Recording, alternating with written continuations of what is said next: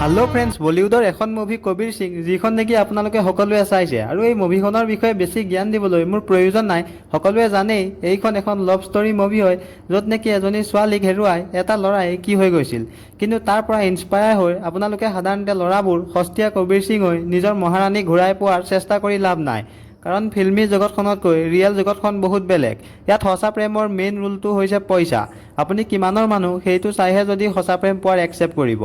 কিন্তু হলিউডত এখন এনেকুৱা চিনেমা মুভি যিখন চোৱাৰ পাছত আপুনি সকলো পাহৰি ট্ৰু লাভৰ পিছে পিছে ঘূৰি থাকিব। আপুনি যদি ছিংগল আৰ্মিৰ সেনা হয় তেতিয়াতো আপুনি পাগলেই হৈ যাব। মুভিখনৰ নাম হ'ল ৰোমিঅ' জুলিয়েট, এটা এনেকুৱা প্ৰেম কাহিনী যি নেকি কেতিয়াও একেলগ হ'ব নাপায়। এই মুভিখন আহিছিল 1996ত, কিন্তু এইখনৰ নিচিনা মুভি 2024ত বিচাৰি নোপোৱা। Next level system.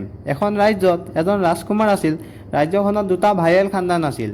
টুইষ্ট হ'ল দুয়োটা খানদানৰ বহু বছৰ পুৰণি শত্ৰুতা এফালে আছিল, আৰু আনফালে ৰোমিঅ' আৰু জুলিয়েট নামৰ এই দুয়োটা প্ৰেমিকৰ প্ৰেম কাহিনী। এফালে আছিল এটা ৰোমিঅ' নামৰ ল'ৰা আৰু আনফালে আছিল জুলিয়েট নামৰ ছোৱালীজনী।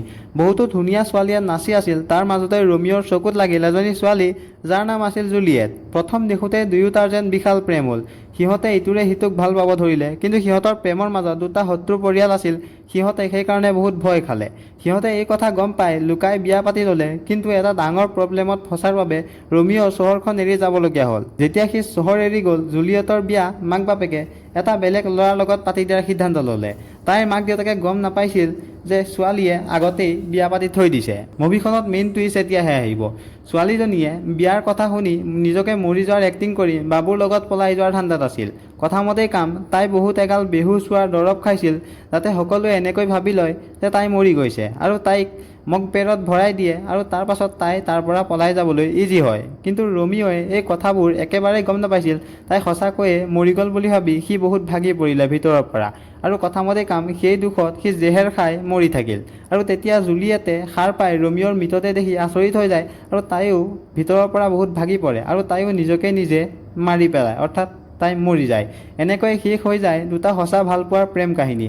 যিমান ইজিকে ভিডিঅ'টোত কোৱা হৈছে তেনেকৈ ভাবি নল'ব, কাৰণ মুভিখনত কিছুমান এনেকুৱা চিন আছে যিয়ে আপোনাক ভিতৰৰ পৰা ইম'চনেল কৰি পেলাব। ট্ৰু লাভ কি 2024 চনত জানিবলৈ আপুনি ছোৱালীয়ে হওক বা ল'ৰাই হওক মুভিখন নিশ্চয় এবাৰ চাব পাৰে।